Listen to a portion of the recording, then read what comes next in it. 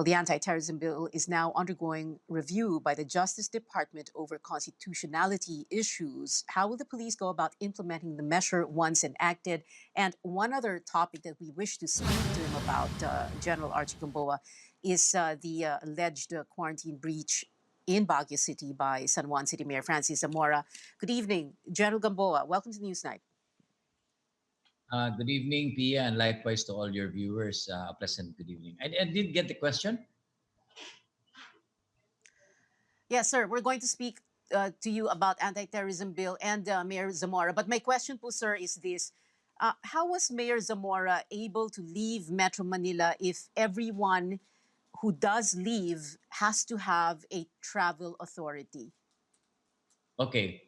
Now, the travel authority based on the IATF regulation came about dahil doon sa mga stranded na estudyante, di ba? Kasi naisip namin doon sa IATF na Yes. maraming stranded na estudyante because they want to go home. That's why purposely meron tayong locally stranded individuals. So ito namang locally stranded individuals have since then funded. Pero ang intention talaga nito is yung mga estudyanteng hindi nakauwi. And I suppose si Mayor Zamora is not similarly situated doon sa LSI. So I don't know if Okay. there's a on him traveling. Pero sa tingin ko, wala naman atang problema that he can travel.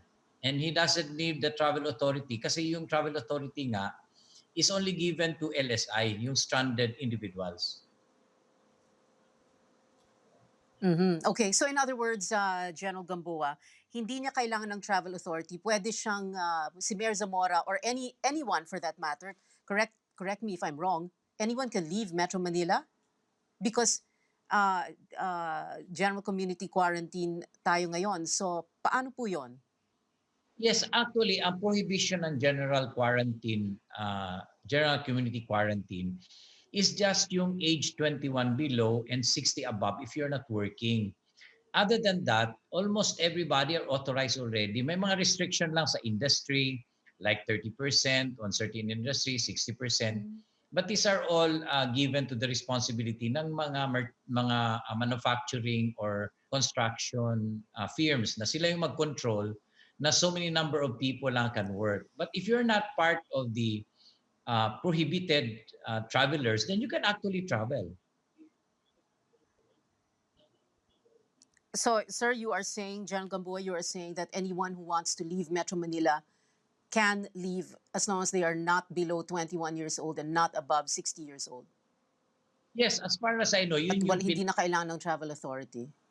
Yes, yun yung prohibited. Actually, even if yes, ang sa akin na kasi parang naku-confuse ang mga tao between meron pang travel pass tapos meron pang travel authority.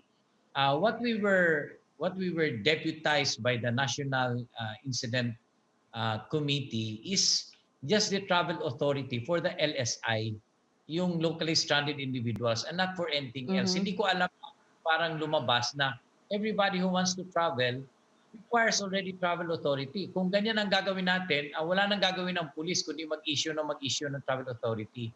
As a matter of fact, we have downgraded the issuance down Okay. to police level na lang para mas mabilis. Okay. So, in other words, like you said, kahit sino pwedeng lumabas ng Metro Manila, kahit GCQ tayo, at kahit papunta sa ibang region na MGCQ. So, pwede po yon. So, in other words, wala pong problema kahit dumaan po kayo sa checkpoint, hindi po kayo haharangin.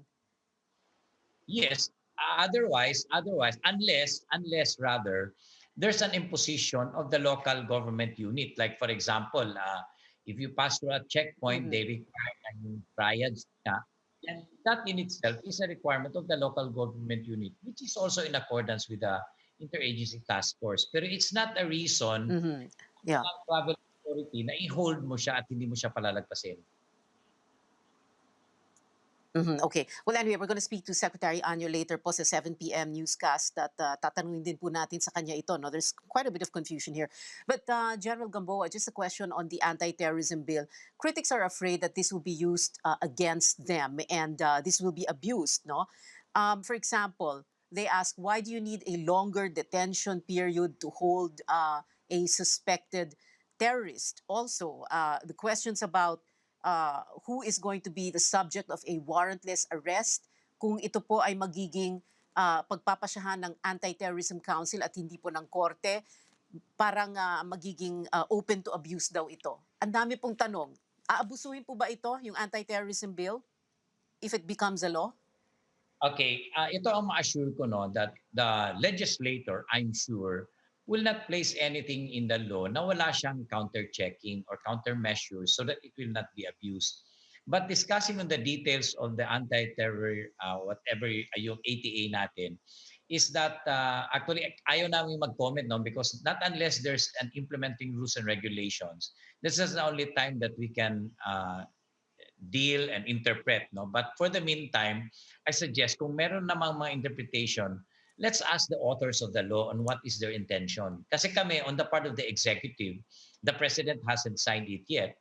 So pagdating ngayon sa pag naging batas yan, then merong respective na implementing rules and regulations that would actually define the guidance of the executive branch, including the Philippine National Police, on how to implement and impose the law.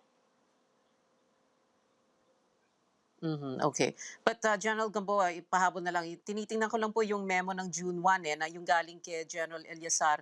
Nakasabi po dito travel to another province or other region for IT and LSI. TA must be secured. Travel authority must be secured for non-essential travel. Traveling from GCQ to MGCQ. So there's quite a bit of confusion there. Oh. Para hindi masyado siya confusing, the travel authority is intended for the locally stranded individuals.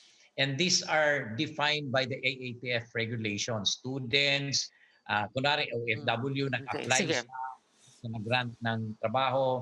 OFW gustong sumundo pero in groups pumunta, hindi rin sila nakalusot.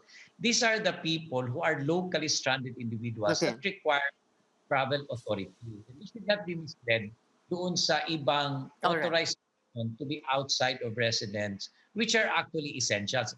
At ito kasi, no, kung makita nyo yung evolution ng IATF, we really remove yung all are allowed to travel except we remove that no kasi it will give the impression na everybody is already authorized and it will encourage again yung mga non-essential na gumala no but basically that's why nilagay ng IATF kung pa rin yung meron pa rin restrictions on who can travel but basically if you can see ang meron talagang restriction is yung 21 below, that's why classes are canceled, and then yung 20 yung 60 and above. Anyway, if you get to interview Sige po. Secretary, elaborate more on this. Yes, General Archie Gamboa, Chief of Philippine National Police. Sir, maraming salamat. Salamat. Thank you for joining us.